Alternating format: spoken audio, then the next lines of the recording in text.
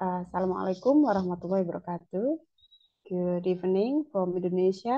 So first of all, I'd like to extend my gratitude to the committee of Arau Poetry Festival University Teknik Mara. I'm Rusiana. I'll be sharing about extensive reading to poetry writing and academic healing. Well, who am I? So I'm a faculty member of English Education Department UMK. Teaching extensive reading from 2017 to present, and I'm a member of Community Service Division of IERA, Indonesian Extensive Reading Association, and I was a PIC of IERA Goes to School. It was held from October to December 2022, and it was done already, and I involved in seminars and workshops held by IERA, so I was kind of IERA enthusiast. I'm going to show you this. So I made this simple, very simple poetry a few months ago when I joined a workshop. The speaker gave me only 10 minutes actually, but I took more. Okay, let me try to read it first before we get down into the business. In a pitch dark room, you were opening my heart door. You were stepping to the heart soul. You stayed there in a pitch dark room. I felt to remember the mystery of a hug. Then you were there, hit me with the smell of jasmine. Now, here I am, in a sunlight room full of love. Okay, and then today's outline will be the nature of extensive reading, and I will be sharing also about the extensive reading practice in my department, and poetry writing as a productive skill, and the last is ER to poetry writing and academic healing. The title came up to my mind because many times my students, when I give them an assignment, especially like this, in the end of year, they will say just, ma'am, no more assignment, please. We need healing. So yeah, it was just came into my mind and I make it as a title. Okay, I hope you can learn something from today's session of mine. Well, so what's extensive reading? I do believe that all of you have been informed with extensive reading. So it's reading for pleasure, reading loud, reading at your level. And when you do those, all of things, so the reading fluency and reading habits may improve. And to be called as fluency in reading, you can read 200 until 250 words per minute. And then where's the position of ER? As you can see here, we've got reading pain, and then intensive reading, extensive reading, and speed reading practice. When it is stated as extensive reading, it has to be fast, learned, adequate comprehension, and enjoyable. So these characteristic of extensive reading. In extensive reading, we can read newspaper and then stories, poem, and one of them is graded readers.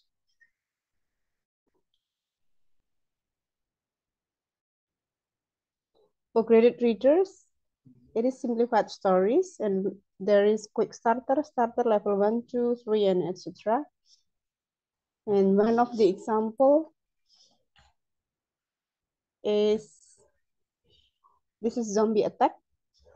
This is the cover, and then the inside pages like the story characters, and then the contents. It's colorful book. My students like this a lot, and they have to read graded readers.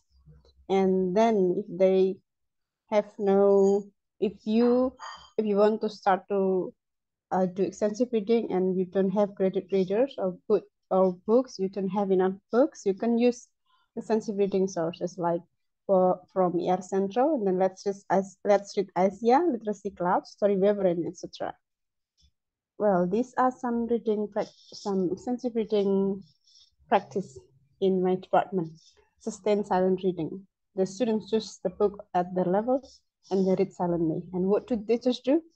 We read with them. And then the poem writing is kind of post activity after reading. What is the girl doing there? She is putting a sign love on her friend's work. So I let them come come forward to the class, and then they put love to the works that they love. And then it is book club, and then Pecha Kucha, it's storytelling platform. This kind of assignment from my extensive reading class for the Pecha Kucha. And the book club, we do it regularly every Wednesday. Sorry. And then the second is poetry writing as a productive skill. As we know that poetry is a form of literary art in which language is used aesthetically and evocatively. And reading poetry is expensive reading, and then reading poetry is receptive, while writing a poetry is productive skill. So in my opinion, reading extensively first, then writing a poetry then. And we got some types of poetry or poem. The first one is acrostic poem. This is the example. It is the work of vocational high school student. After reading Graded Readers, the title is The Selfish Giant. And then C makes garden. G, giant looks scared. And then ARDEN. And now he's lovely. He is penitence. Another example, hero, like this. And then now found poem. What is found poem? This is the example. So this is the story of the seven whispers. And in found poem, we just take some words from the original text, and then we make it as a poem. If you can just see this, and then maintain pace, maintain a pace to love the world. So maintain a pace to love the world. This is found poem. And then this one, art to poetry writing and academic healing. Okay. Again, the word healing in Indonesia, healing means, okay, let's see, this is a music, Japanese music. Lagunya bagaimana ya? The song is like, Mbok nang dan ayo kita healing. It's like that. So it means go get dressed or put your makeup and let's go healing. Okay. So how do you usually heal yourself? People have their own way uh to heal themselves, yeah, when they are stressed, when they feel overwhelmed. Okay, and these are some examples in bahasa Indonesia. Healing terbaik gue makan, haha, gitu. So it is in English like my best healing is eating, and then another one is healing terbaik adalah jajan yang banyak dan main sama kucing. So my best healing is eating snack and then play with the cats.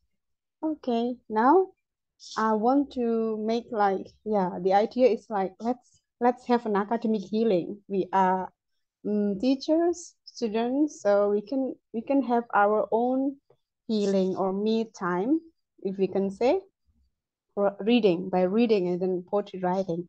If reading is what's that, easy enough, so it's a bit different from writing. Writing is not easy, but let's try. Okay, why? Because we as an individual, as a person, we are a part of community. And here Carol said that in fact healing is often necessary on many of these levels simultaneously. Okay. Sorry, I've got cough. These are some articles and workshops. So finding the word to say it, the healing power of poetry, and then poetry as a natural healing practice, poetry as research and as therapy, and then the workshop that I said previously, a little critique for the soul. Okay, how do we heal ourselves as a part of community? This the version from me. So reading good books, and then what? Writing a poetry, and then find yourself relieved. You can give it a try. So this from Storyweaver, and then this is the story.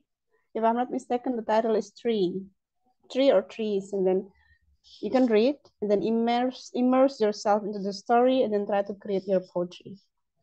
Okay, this is the last bit before thank you slide.